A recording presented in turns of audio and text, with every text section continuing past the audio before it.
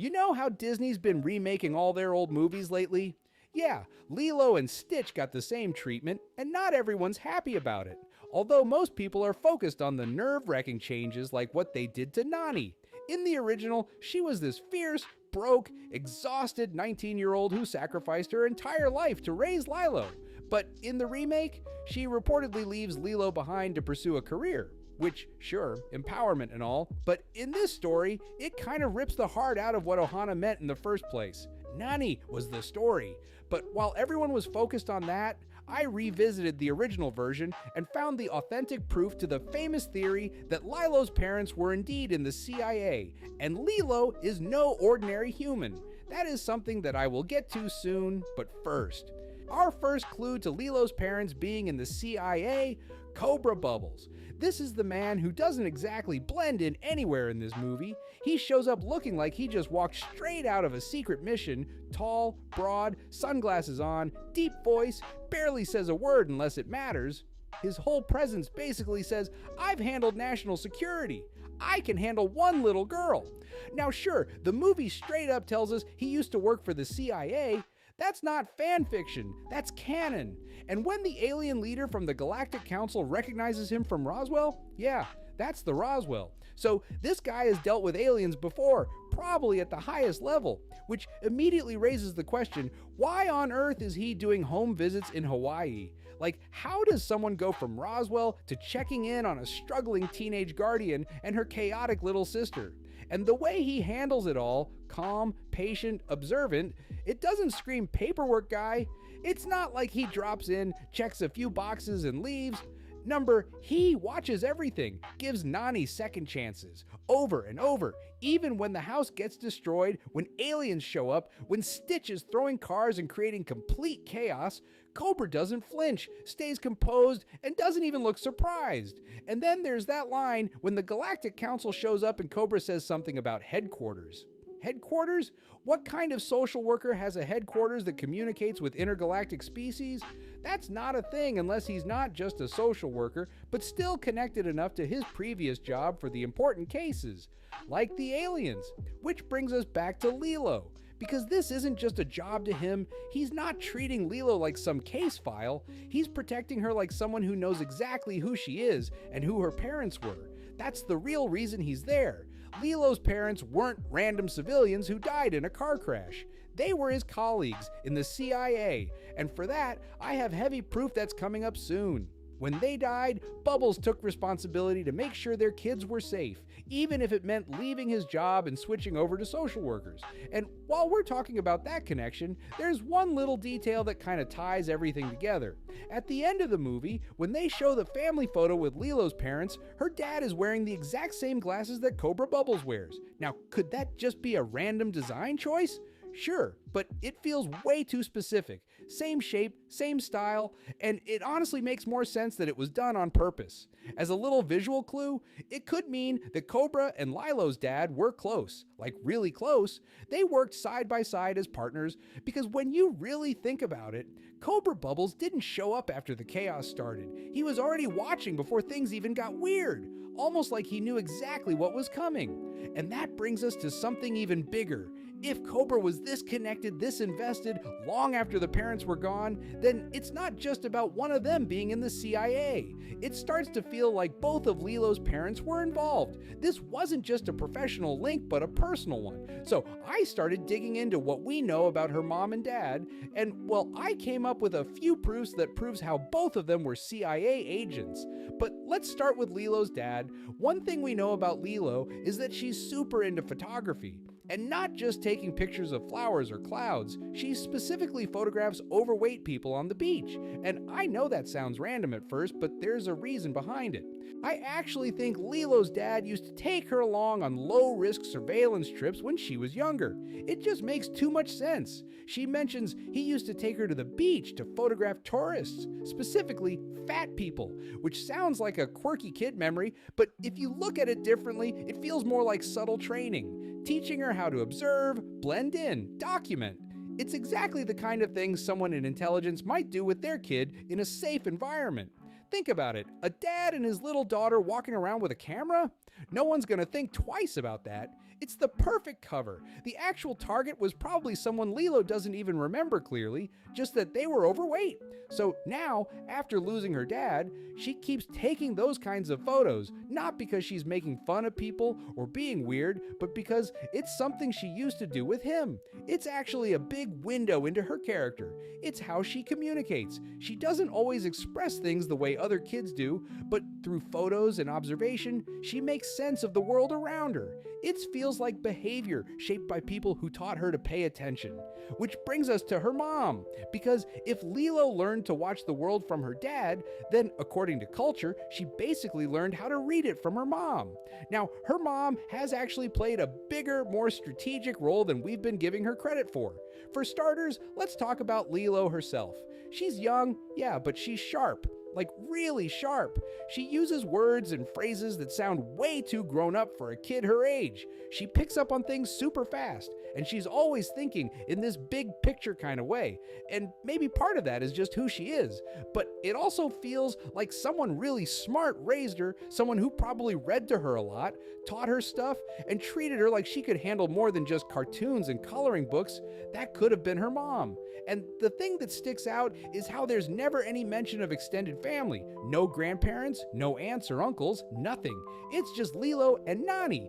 And when parents pass away in movies, there's usually somebody else. But not here, which kind of makes sense if both parents were CIA.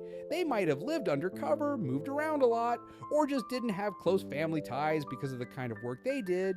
Then there's Lilo's routines, like how she dances as discipline, or how she role plays through tough emotions.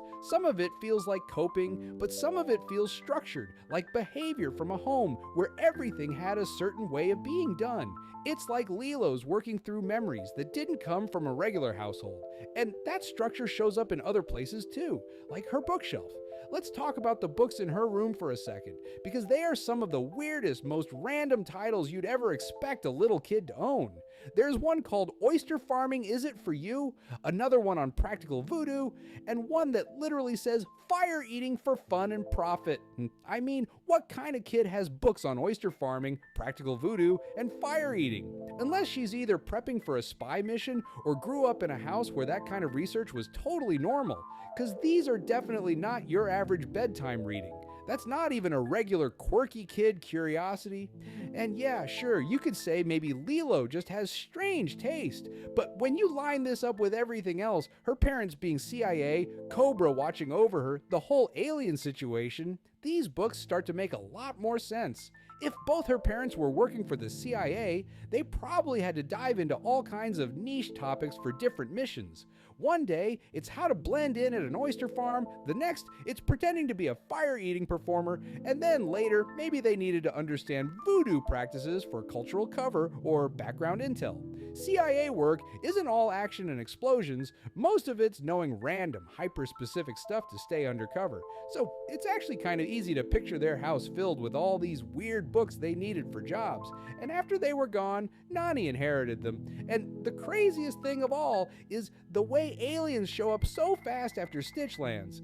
I mean, the Galactic Council doesn't mess around. Earth suddenly becomes a place of interest. Cobra Bubbles is already there. He already knows how to handle them. That's not a coincidence. If Lilo's mom had a role in alien diplomacy, like if she was the one keeping communication open between Earth and the Galactic Federation, then it totally makes sense why Cobra would take this personally. So instead of helping out a coworker's kid, he was stepping in for someone who had major responsibilities.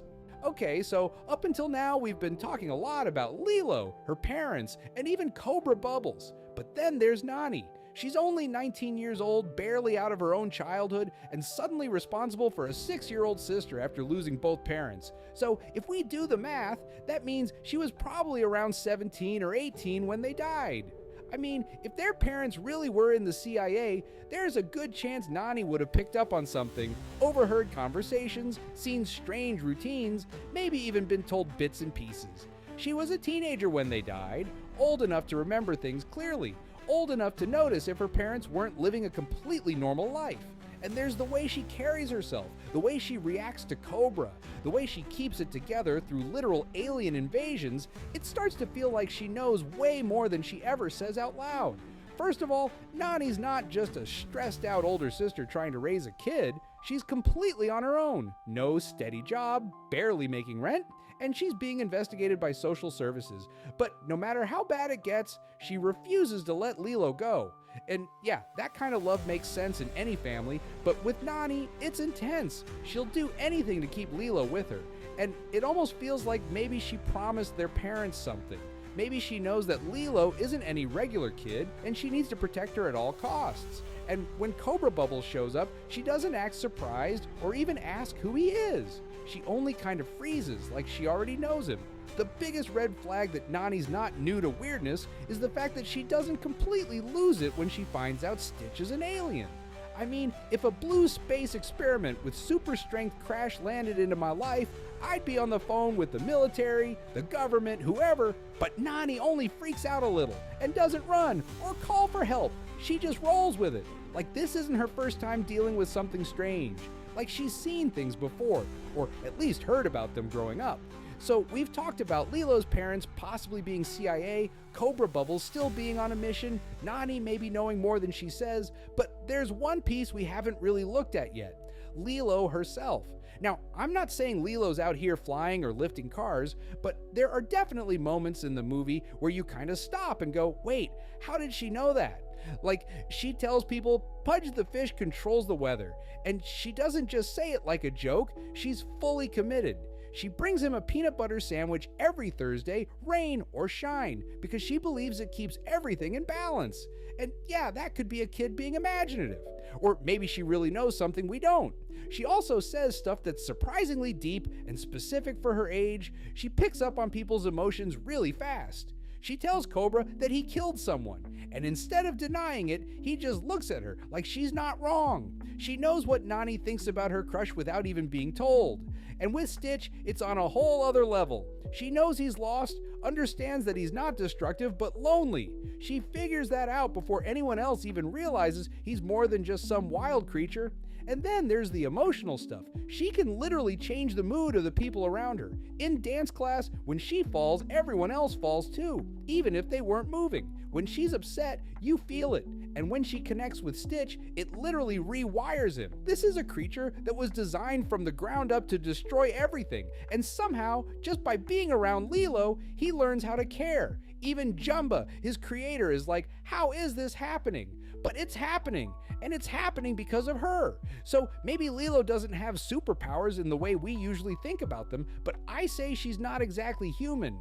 Perhaps she inherited something in her DNA, or if Earth really has had alien contact before, maybe there's even more to her background than anyone realizes. But that's just my take.